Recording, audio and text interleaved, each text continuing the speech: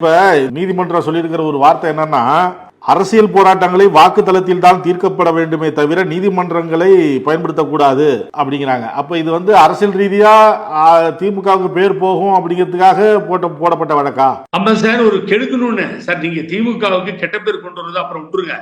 என்னுடைய இன்டென்ஷனை நான் என்ன சொல்லிட்டு இருக்கேன், ராஜவேலிட்ட நக்கீரன்ட்ட பார்க்குற மக்கள்கிட்ட, நீங்க அவங்க மேல அவங்க மேல பொறாமையா ஏதாவது பண்ணி வைத்தறிச்சலுக்கு இதை நிறுத்துங்கன்னு சொல்லி சப்போஸ் நிறுத்திட்டாங்கன்னு வச்சுக்கோங்க, பாதிக்கப்படுறது யாருங்களா?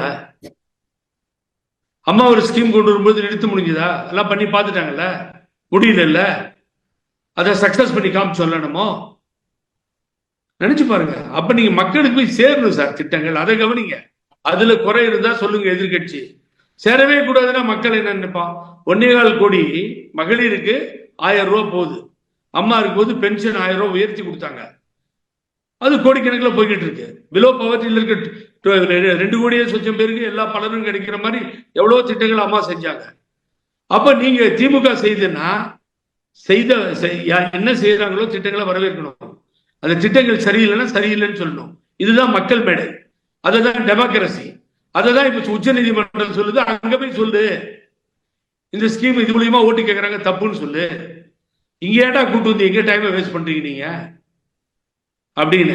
ஆட்சிக்கு வர்றது மக்களுக்கு சேவை செய்வதற்காக. ஆகவே அது எலெக்ஷன் நேரத்தில் இந்த ஸ்கீமை கொண்டு வந்தா தப்பு. இது லஞ்சமா கொடுத்து ஓட்டு கேட்கறாங்கன்னு. ஆனா திட்டங்கள் ஏழை மக்களுக்காக. பேரறிஞர் அண்ணா அதை தானே விரும்பினார், தலைவர் அதை தானே சொன்னார். தானே திட்டங்கள். இதுக்கு போய் கேஸ் போட்டா என்ன? நான் என்ன நினைக்கிறேன் ராஜவேலு, இப்ப நீட்டாவே எடப்பாடி பழனிசாமியை ஒழிக்க வேண்டும் என்ற ஒரே நோக்கத்தில் இவங்க எல்லாம் பக்கத்தில் இருந்தே செயல்படுறாங்க. ஆகவே எதிரிகள் தேவையில்லை.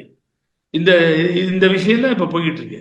எவனாவது இந்த மாதிரி ஒரு கேஸை போட்டு, நான் என்ன சொல்றேன், நீங்க ஒரு வேலை பண்ண சொல்லிட்டோம், போய் மேடையா இப்போ கோர்ட்டு கூட அதான் மென்ஷன் பண்ணிருக்கேன்னு சொல்றீங்க.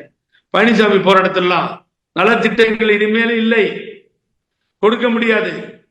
அம்மா கொடுத்த ரேஷன் அரிசி 20 கிலோ இல்லை, நோ. இது மாதிரி திட்டங்கள் கொடுப்பது தவறு. அது மாதிரி அம்மா கொடுத்த லேப்டாப் கிடையாது, அம்மா கொடுத்த சைக்கிள் கிடையாது. ஆகவே மு.க. ஸ்டாலின் எந்த திட்டத்தை கொண்டு வந்திருந்தாலும் செல்லாது, எதுவுமே வழங்கப்படாது அப்படின்னு சொல்லிட்டு கொஞ்சம் பத்திரமா வந்துட சொல்லுங்களா பாக்குறேன்.